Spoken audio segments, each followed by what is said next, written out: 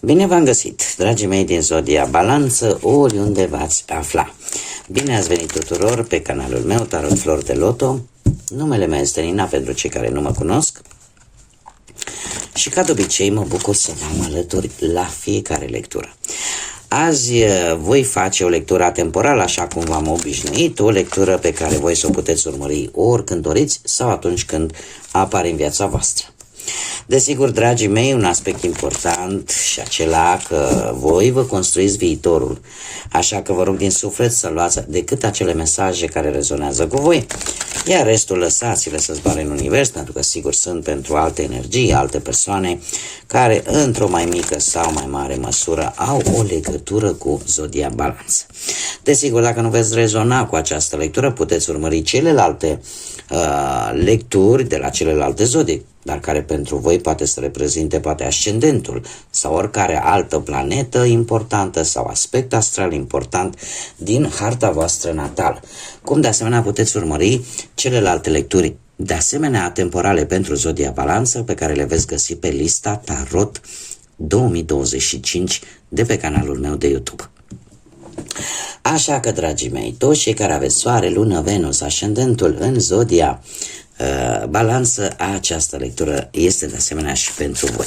Și haideți să vedem care este situația actuală pentru dragii mei din Balanță. Hei, și avem așa multe opțiuni cu o persoană de foc și un steag. Foarte interesant. Haideți să vedem. Dragilor, într-un trecut nu foarte îndepărtat avem aici cifra 7 și Zodia Gemeni. Asta îmi spune că ați avut, nu știu cum să spun, v-ați folosit tare mult inteligența. Gemenii sunt renumiți pentru inteligența lor și cifra 7 de asemenea ne vorbește de înțelepciune, inteligență, de introspecție foarte bună și de o evaluare foarte profundă a unor anumite situații.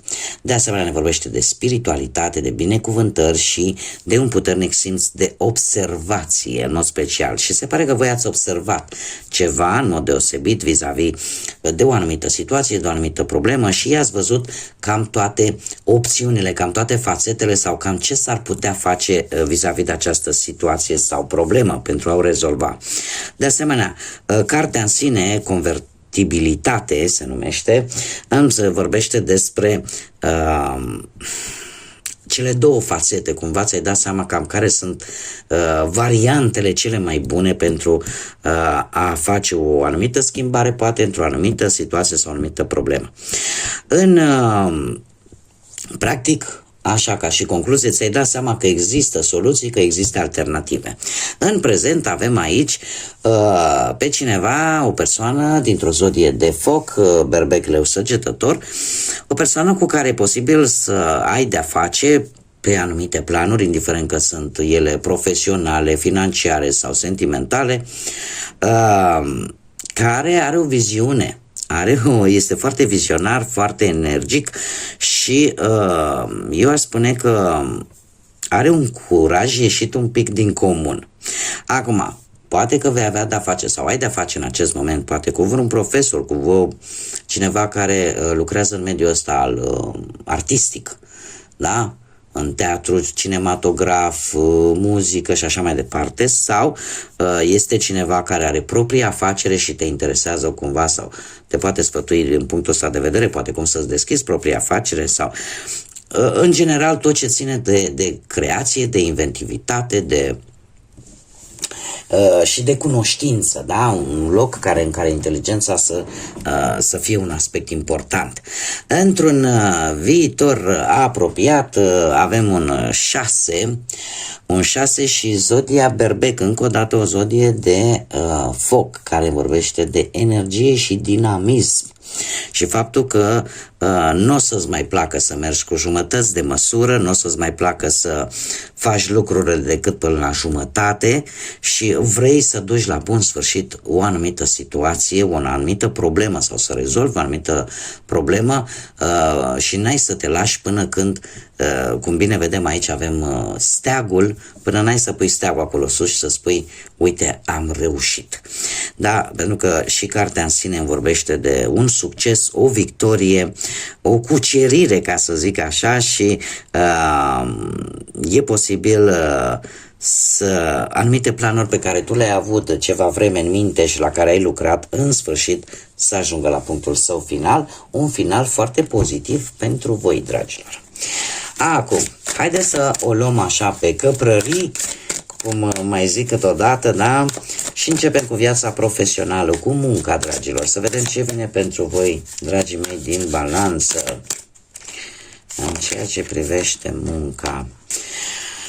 Ați avut o perioadă în care ați stat foarte mult și v-ați gândit tare mult și v-ați făcut multe vise cu acest 7 de cupe, sau poate pur și simplu ați avut o perioadă în care ați avut foarte multe oferte, dar nici nu știați pe care să le alegeți.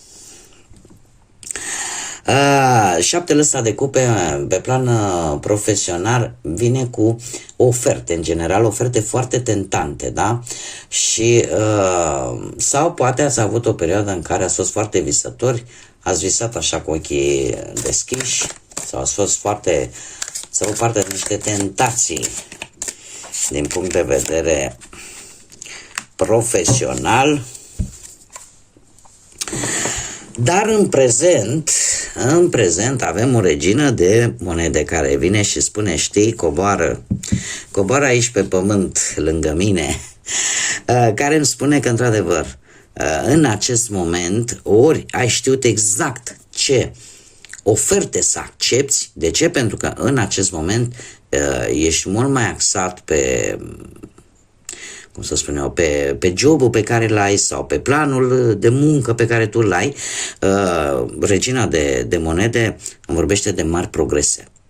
De mari progrese, de posibile avansări, de cineva care poate juca un rol important în viața voastră profesională, cineva care este mult mai în vârstă decât voi și care posibil să aibă legături cu zodiile de pământ, Taur, Fecioară, la fel ca și voi. La fel ca și voi, mă scuzați, am avut Fecioară înainte, nu. E vorba strict de zodiile de pământ, Taur, Fecioară sau Capricorn, o persoană care va căpăta o importanță pentru voi. Dacă nu vorbim de acest lucru și vorbim strict de situația care o reprezintă regina de monede, asta îmi spune că veți face mari progrese, veți avansa și poate veți reuși, poate ați găsit deja un job cu ajutorul unei femei posibil. Sau pur și simplu v-ați dat seama că aveți resurse și cumva țineți un pic la independența voastră, dar nu vă place așa să fiți sub papucul altor persoane. Într-un viitor apropiat avem acest 3 de bâte care îmi vorbește de situația în care e posibil să călătoriți pe motive profesionale. Da? Și dacă nu vorbim de călătorie, atunci vorbim de situația în care parcă nu vedeți voi rezultate așa imediat. Ele, într-adevăr, e posibil să nu fie în viitorul apropiat sau foarte apropiat, mai bine zis, dar să apară. Da? Adică efortul pe care tu l-ai făcut pentru a îmbunătăți o anumită situație legată de muncă, ele vor apărea. Da? Nu atunci când poate vă doriți voi, dar ele vor apărea. Haideți să vedem pe plan financiar. Asta a fost prima. Pe plan financiar, dragilor, ați avut bătăi de cap, stres, o situație care v-a provocat anxietate relaționată cu banii și care v-a tot frământat în trecut, dar iar îmi apare acțiunea unei persoane mai în vârstă. Și pe planul ăsta, de data aceasta, posibil legături de apă, rac, pești sau scorpion. Cineva care încearcă în acest moment să, cum să zic eu, să te mențină calm, să-ți ofere înțelegere. Poate să fie, nu știu, oricine poate să fie această persoană, poate chiar și un asociat, poate oricine, un șef sau cineva din familie chiar. dar care cumva te va ajuta foarte diplomat să rezolvi o anumită situație care te frământă pe tine de ceva vreme. Dacă nu vorbim de o persoană și vorbim strict de situația în sine, trebuie să vă spun că pe partea asta a banilor, cumva cheltuielile în prezent sunt mai mult emoționale la voi, dragilor, decât raționale. Dar faptul că avem Marele Preot, un alt semn de data aceasta de pământ, zodia Taur mi-apare mie aici, care vorbește de o persoană care dă sfaturi foarte bune și care te poate ajuta pe tine într-o anumită situație financiară cu care tu te-ai putea confrunta. Dar, per general, dacă ai probleme, cărțile de 2 ori chiar îmi indică faptul că există persoane care te pot ajuta sau care te pot sfătui, sau există specialiști care te pot scoate din situația respectivă. Dacă nu, este indicat să nu faci investiții mari și, în general, este indicat să faci ceea ce este corect. Da? Marele Preot despre asta vorbește, de a face ceea ce este corect. Haideți să vedem cu dragostea cum stați, dragii mei, din balanță. Avem, mai ales pentru cei, prima oară, pentru cei care sunteți într-o pereche. Și avem carul, lumea și un 8 de cupe. Dragii mei, aici avem zodia Rac, poate rezonează pentru unii dintre voi. Deci, pe partea sentimentală, cei care sunteți într-o relație, aș spune că ați avut o perioadă în care aveți oarecum tentația de a încerca să urgentați un pic lucrurile sau aveți tendința de, cum să spun eu, erați foarte hotărâți. Da, cumva erați foarte hotărâți, știi, uite, noi avem, dau un exemplu acum, da? Suntem într-o relație de atâta timp, uite, vreau să o oficializăm, dar vreau să o oficializăm acum, nu mâine, nu păimâine, da, adică vreau să facem în cutare, adică cumva încercați să urgentați anumite lucruri. Eu am dat un mic exemplu, poate să fie vorba de orice alt exemplu, dar în relația voastră ați fost un pic foarte hotărâți, este adevărat, multă voință, da, vreați oarecum să, cum să spun eu, sau poate v-ați lovit de o situație care necesita atenția voastră, da? Poate în urma unei vești neașteptate care a venit în viața voastră foarte rapid așa și asta v-a făcut să fiți un pic așa direct hotărâți, asta fac, nu mă dau înapoi, și care să aibă cumva legătură, poate că perechea voastră are ceva legătură cu zodiile de apă. Da? În special aici avem zodia Rac, poate fi Pești sau Scorpion, dar în special zodia Rac. În prezent, totuși, trebuie să vă spun că o situație, aș zice eu, destul de tumultoasă pentru unii dintre voi, cumva se încheie. E în proces de încheiere. Aici se încheie o etapă din viața voastră. O etapă din viața voastră se încheie și se încheie într-un mod, aș spune, nu știu dacă este benefic sau nu, acum depinde de voi, dar lumea, cartea, arcanul major, lumea îmi spune că ceva s-a întâmplat. Ceva poate legat de o călătorie lungă, ceva poate de, nu știu, de un contact poate cu străinătatea pentru unii dintre voi. Sau poate cineva care locuiește la distanță, dar sau poate distanța a avut o legătură și a schimbat jocul brusc. Și ceva în acest moment se încheie. De ce? Pentru că într-un viitor apropiat, din câte văd aici cu acest 8 de cupe, îmi spune că vei lua decizia, ori voi, ori perechea voastră, de a finaliza o relație pentru că nu simți că nu ai obținut ceea ce tu îți doreai.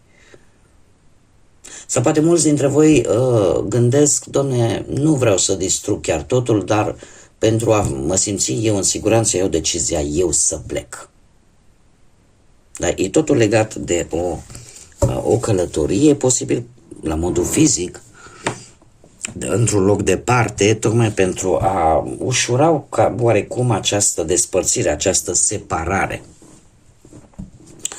Și în felul ăsta un capitol din viața voastră se va încheia. Mergem mai departe și haideți să vedem pentru cei care sunteți singurei, poate în urma văduviei, din păcate, în urma, cum vedem bine aici, în urma unui divorț sau unei separări, sau pur și simplu cei care nu ați reușit voi așa să vă găsiți până acum jumătatea. Și trebuie să vă spun, dragilor, cei care sunteți singuri, ați trecut printr-o perioadă, într-un trecut nu foarte îndepărtat, cu acest 5 de spade, ați avut o perioadă în care v-ați dat seama că nu e tocmai un moment bun să găsiți pe cineva. De ce? Nu știu, ați avut așa niște conflicte poate cu o anumită persoană, în care fiecare spunea, știi, eu am dreptate, nu, eu am dreptate. Adică era o luptă în care nimeni nu lăsa de la el. Sau, poate în interiorul vostru, în interiorul vostru se ducea o luptă de genul ăsta, în care îți făceai tot felul de gânduri și poate ziceai, uite, dacă făceam așa e și așa, dacă nu făceam așa e și așa. Iar asta e de asemenea o luptă internă și eu aș spune că de multe ori e mai periculoasă asta internă decât o luptă externă cu o persoană fizic vie în fața ta. Cert este că în prezent avem o regină de bâte care reprezintă zodiile de foc, berbecleu străgetător, și care îmi spune că pentru voi, dragilor, e posibil să apară un personaj legat poate cu locul unde voi vă desfășurați activitatea, sau să fie oarecum la început așa o prietenie destul de valoroasă pentru voi, dar e posibil ca unii dintre voi să găsiți această persoană și prin intermediul internetului, acelor site-uri de socializare, sau poate la vreun eveniment social, nu știu, că poate să fie și la vizionarea la cinematograf a unui film. Totuși, aici este foarte interesant pentru că voi, cum sunteți o zodie de aer, voi puteți foarte bine să fiți acest rege de spade, care mie îmi spune că sunteți, cum să spun eu, nu vă arătați foarte ușor sentimentele. Chiar dacă vă va interesa acest personaj, voi vă veți menține pe poziții și aș spune că veți fi foarte dure așa un pic în exprimare. Veți folosi mai mult partea intelectuală în abordarea acestei persoane. Și chiar dacă veți simți emoții, le veți ține bine controlate, da? Veți prezenta așa foarte multă seriozitate și cumva nu veți permite ca emoțiile să vă influențeze deciziile, da? Cumva e posibil chiar să vă impuneți punctul de vedere într-o manieră destul de dură, aș spune, de rece, de hotărâtă. Dar ce pot eu să vă spun așa vis-a-vis de această persoană, este o persoană care va fi interesată de voi. Va fi interesată de voi și e ca și cum ai zice, combin gheața cu focul. Nu? Și să vedem ce este. Dacă sunt în cantități echilibrate, nu se întâmplă nimic rău. Bun, haideți să vedem care este mesajul pentru voi, dragilor, din balanță. Și avem vocea sufletului, care ne spune în felul următor: ascultă-ți propria chemare a sufletului pentru a te regăsi pe tine însuți. Este un îndemn de a-ți asculta intuiția, e un îndemn de a-ți asculta acea voce interioară care de multe ori nu o ascultăm și Poate mulți dintre voi mă întreabă, dom'le, care e vocea aia, dom'le, interioară? Vocea interioară este atunci când ne găsim în anumite situații și ceva în interiorul nostru ne spune, știi, nu e bine, hai să plecăm de aici. Sau nu îmi place persoana asta, nu, are ceva. E o chestie, nu știu cum să vă spun, nu e ca și cum s-ar suna cineva în ureche. E o chestie care se simte în interiorul fiecarei persoane. Intuiția o avem cu toții, doar că unii o dezvoltăm mai mult, alții aproape deloc. Dar este un îndemn în a asculta în primul rând ce dorești tu din punct de vedere sufletește, ceea ce tu îți dorești din punct de vedere sufletește. Și tocmai pentru că voi, dragilor, din Balanță, fiind o zodie de aer, sunteți înclinați foarte, foarte mult să fiți cât mai raționali, cât mai logici în ceea ce faceți voi și lucrul ăsta nu ar fi nimic rău atâta timp cât există echilibrat, da? Trebuie să ne gândim și la sentimente, trebuie să ne gândim și la ceea ce ne dorim, ceea ce sufletul nostru, ce hrană trebuie să dăm sufletului nostru, așa cum dăm organismului alimente și apă, așa și sufletul trebuie și el hrănit. Da? Din punct de vedere spiritual. Bun, dragilor, aceasta a fost lectura pentru voi. Eu vă mulțumesc pentru prezență și vă invit, desigur, pe toți cei care ați vizionat și poate încă nu v-ați abonat. Eu vă aștept cu mare drag să vă abonați și să ne întâlnim aici pe canal la următoarele lecturi. Cum de asemenea vă mulțumesc tuturor pentru sprijinul vostru, pentru tot aportul pe care vi-l aduceți în dezvoltarea acestui proiect minunat numit Tarot Flori de Loto. De asemenea, aștept în continuare și cu mare drag like-urile voastre, comentariile voastre și distribuirile de la voi. Sunteți minunați ca de obicei și până în data viitoare, când ne vom reîntâlni la o nouă lectură, vă doresc tot bine din lume, să aveți parte de multă lumină în suflete, în gânduri și de multă energie pozitivă. Așa că, dragilor, până la o viitoare lectură, ca de obicei, să fiți iubiți!